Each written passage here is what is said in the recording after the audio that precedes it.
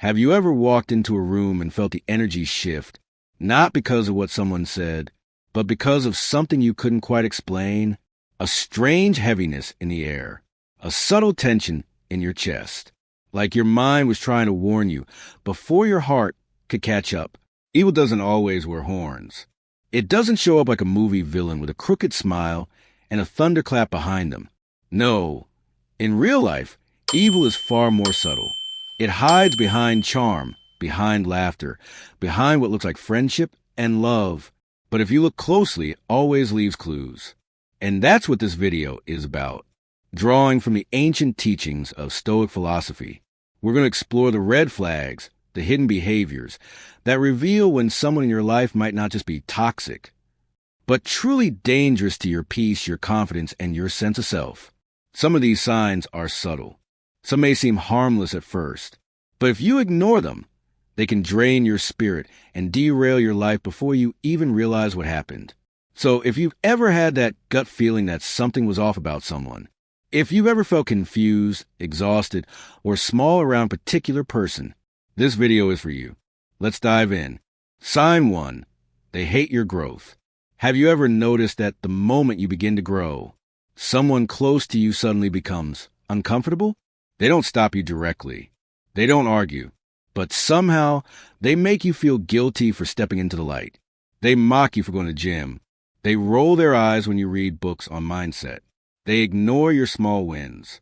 They bring up old mistakes the moment you try to move forward. Why? Because your growth threatens them. They don't know how to coexist with a stronger, wiser version of you. They only knew how to dominate the old you, the one who was insecure, unsure, easy to control. Now that you're changing, their power is slipping.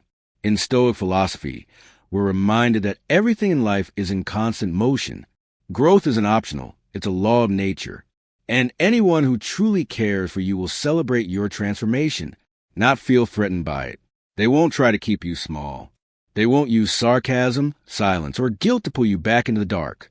Because here's the truth. A person who hates your growth doesn't just dislike change. They dislike losing control over you. And that, my friend, is a red flag. Not to make you angry, not to make you hate them, but to wake you up. Because not everyone walking beside you actually supports the direction you're going. So pay attention. Watch their eyes when you speak about your dreams.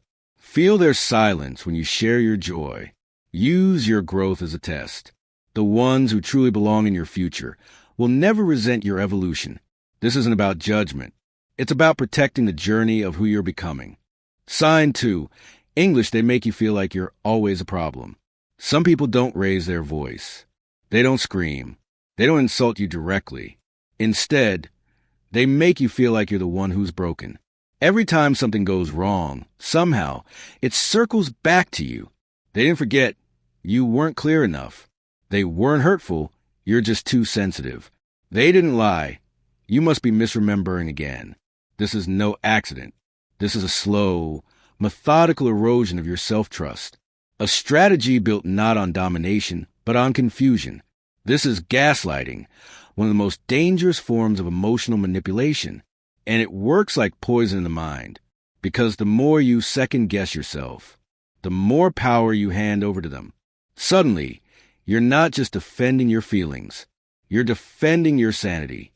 You wonder, am I too much? Did I get it wrong again? Maybe I am the difficult one. But here's what the Stoics teach us. We are to trust reason, to see clearly, and to never surrender our inner judgment to another person's distortion. When someone constantly rewrites reality to suit their narrative, when you feel small, confused, or like you're walking on eggshells around them, that is not love, that is control, and you are not broken. You are not too emotional. You are simply being made to question what you've always known deep down. You are not the problem.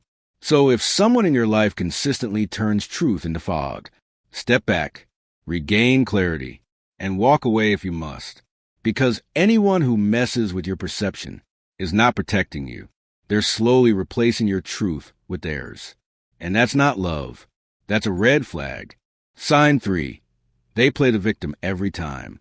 Have you ever met someone who's always the one being hurt? No matter the situation, The mistake was someone else's. The pain? Someone did it to them. The responsibility? Never theirs. At first, it sounds like simple bad luck, a difficult past, a rough childhood, and you, being a kind and empathetic person, want to understand. You want to help. But over time, a pattern emerges. They never grow. They never change. And worst of all, they never take ownership of their actions. Every time you set a boundary, they act wounded. Every time you ask for respect, they act like you're attacking them. Suddenly, you are the villain for simply wanting something healthy. This is not vulnerability. This is emotional manipulation. A person who constantly plays a victim is not just trying to avoid blame. They're trying to gain control. They use guilt as a leash. They turn your empathy into a trap. And once you're in, every interaction becomes performance, where they suffer and you owe them something. In Stoicism, we're taught that external events are outside our control, but our responses, our clarity, our reason belong to us. A person who weaponizes victimhood chips away at that clarity. They twist truth into narrative, and soon you're no longer sure if you're doing the right thing, or just being mean for not letting them drain you anymore. But here's the truth. You are not cruel for protecting your peace. You are not selfish for walking away from someone who refuses to grow. If someone never takes responsibility, if every problem is someone else's fault, if your compassion is used against you again and again, that's not a coincidence. That's a pattern. And it's a warning. You do not have to fix someone who refuses to fix themselves. You are not obligated to stay in the shadows just because someone else refuses to step into the light. Stand tall, step back, and know this. Real strength is not in carrying someone else's chaos. It's in choosing peace when they insist on staying in pain. Sign 4. They're not happy when you're happy. Have you ever noticed something strange? When you're sad, they're there. When you're struggling, they listen. But when you're genuinely happy, excited, full of life, they suddenly pull away. They go silent. They change the subject. They disappear. It's not because they're busy. It's not because they don't care. It's because your happiness makes them uncomfortable. You share good news. They brush it off. You mention a win. They stay quiet. You light up about something joyful. They turn the spotlight back onto their pain. This isn't someone who's distracted. This is someone who can't stand your light, because your light reminds them of the darkness they haven't faced in themselves. Healthy people celebrate your growth. Mature friends cheer you on, even for the little things. But toxic ones? They only feel safe when you're stuck, sad, or spiraling, just like them. Stoicism doesn't tell us to avoid emotions. It teaches us to observe them with clarity, to understand where they come from, and their discomfort in the face of your joy. That's not your fault. That's a reflection of their inner war. Don't shrink yourself to keep them comfortable. Don't dim your light just to avoid making someone else feel inadequate. And above all, don't trade your happiness for a connection that only survives when you're suffering. Sign 5. They're only kind. When they want something. When you needed them, they were silent. When you were low, they disappeared.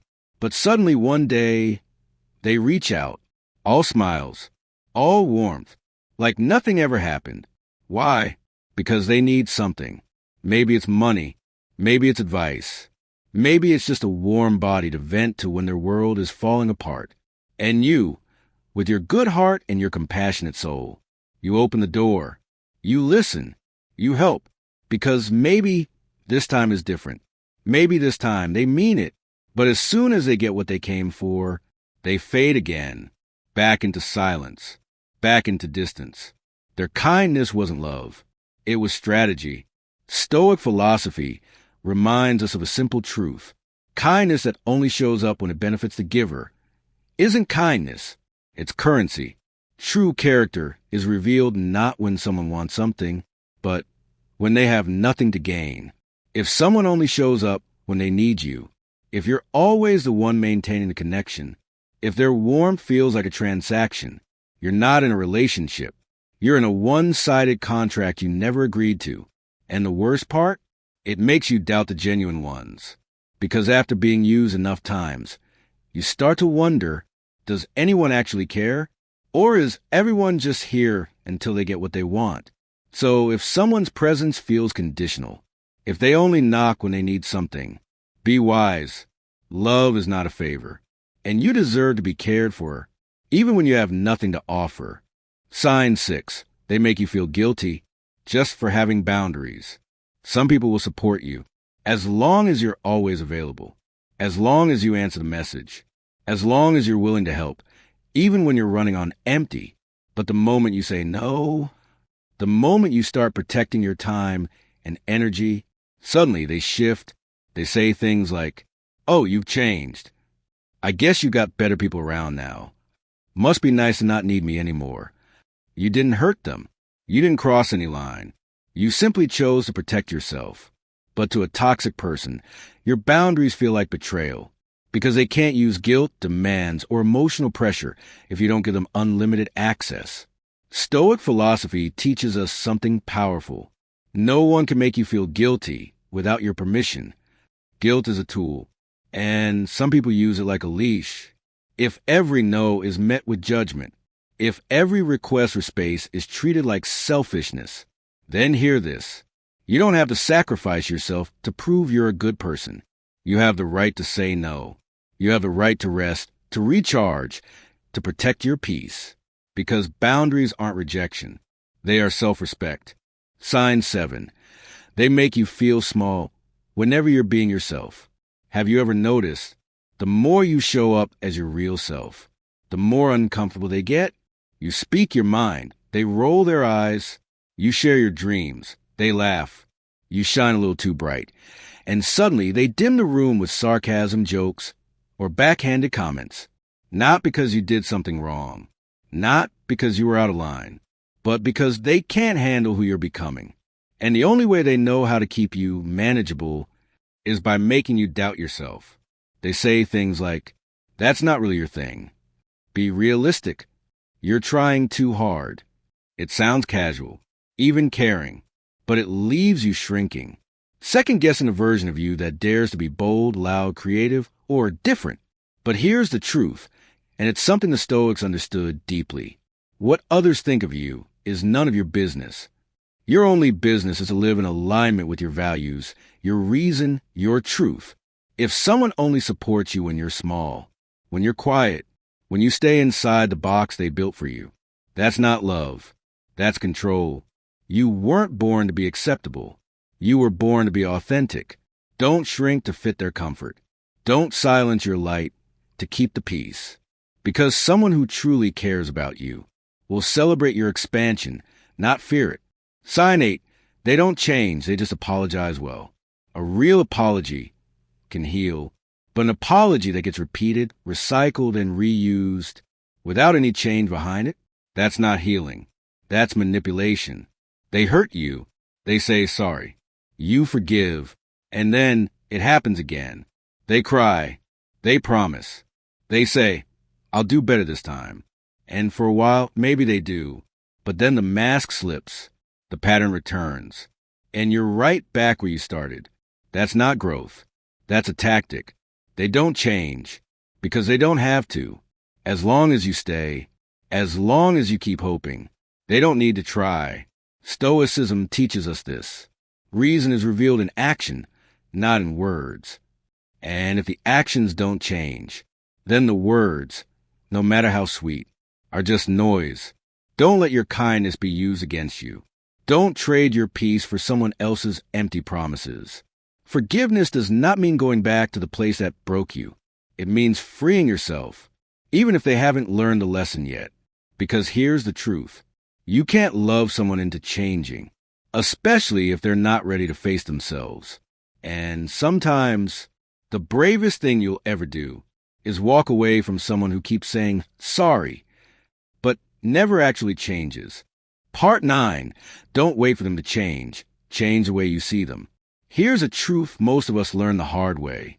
We think that if we just love someone enough, if we're patient enough, kind enough, loyal enough, they'll change. You're not wrong for loving. You're not wrong for hoping. But some people, they don't want your love. They want your submission. And the moment you stop giving them control, They flip the script. They make you the problem.